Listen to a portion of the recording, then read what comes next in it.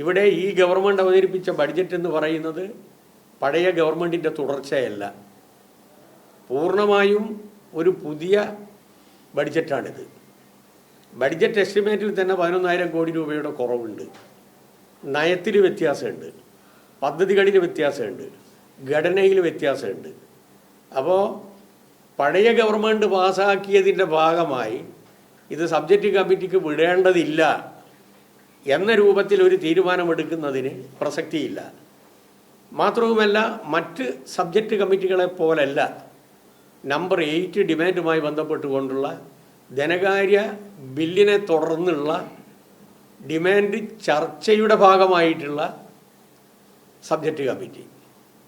ആ സബ്ജക്റ്റ് കമ്മിറ്റിയിൽ വരാതെ ഇത് അവതരിപ്പിക്കാനാണ് പോകുന്നത് എന്നാണ് എനിക്ക് മനസ്സിലാക്കാൻ സാധിച്ചിട്ടുള്ളതും. അതുകൊണ്ട് ഈ ധനബിൽ അവതരിപ്പിക്കുന്നതിൽ നിന്ന് ബഹുമാനപ്പെട്ട സ്പീക്കർ ഇടപെട്ട് നയം പ്രഖ്യാപിക്കുന്നത് വരെ ഈ ധനബിൽ മാറ്റിവെക്കണം എന്നുള്ളതാണ് സൂചിപ്പിക്കാനുള്ളത്. മാത്രമല്ല, നിയമസഭയെയും നിയമസാമാജികന്മാരെയും കേരളത്തെയും ഇതുപോലെ മിസ്ലീഡ് ചെയ്ത, തെറ്റിദ്ധരിപ്പിച്ച, വഞ്ചിച്ച ഒരു ബഡ്ജറ്റ് അവതരണവും അതിനെ തുടർന്നുള്ള ചില പ്രഖ്യാപനങ്ങളും ഇന്നേ വരെ ഉണ്ടായിട്ടില്ല. ബന്ധപ്പെട്ട വകുപ്പ് മന്ത്രി തന്നെ പ്രകടമായി ഞാനിത് പാസ്സാക്കിയാലും നടപ്പിലാക്കില്ല എന്ന് പറഞ്ഞിരിക്കുകയാണ്. അതിന് അദ്ദേഹത്തിന് അധികാരമില്ല.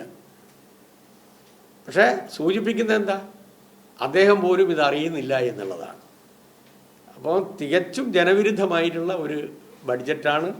ഒരിക്കലും ധനബിൽ അവതരിപ്പിക്കരുത്.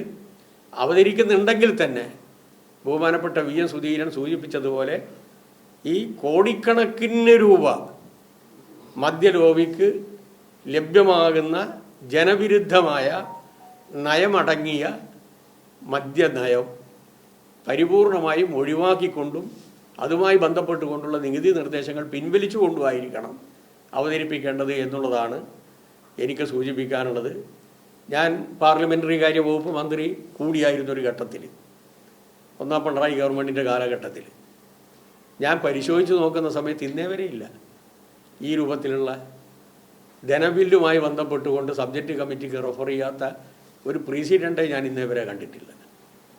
VS അധികാരത്തിൽ വന്നതിന് ശേഷം 2006 മുതൽ 2011 വരെയുള്ള കാലഘട്ടത്തിൽ 2006 വരുമ്പോൾ അദ്ദേഹം ബഡ്ജറ്റും അനുബന്ധമായിട്ടുള്ള ഡിമാൻഡും അതിനെ തുടർന്നുള്ള സബ്ജക്റ്റ് കമ്മിറ്റിയും ചേർന്നിട്ടുണ്ട്.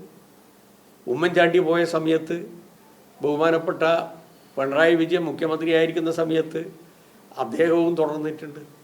അപ്പോൾ ഒരു പ്രസിഡൻ്റ് ഇല്ല, ചട്ടങ്ങൾക്ക് വിരുദ്ധമാണ്, ഭരണഘടനയ്ക്ക് വിരുദ്ധമാണ്. ഇതാണ് ഞാൻ ബഹുമാനപ്പെട്ട സ്പീക്കറോട് സൂചിപ്പിച്ചിട്ടുള്ളത്. സ്പീക്കറുമായി ഞാൻ ഈ കാര്യം സംസാരിച്ചിരുന്നു. ഇതാണ് ഇതിൻ്റെ ഭാഗമായി സൂചിപ്പിക്കാനുള്ളത്.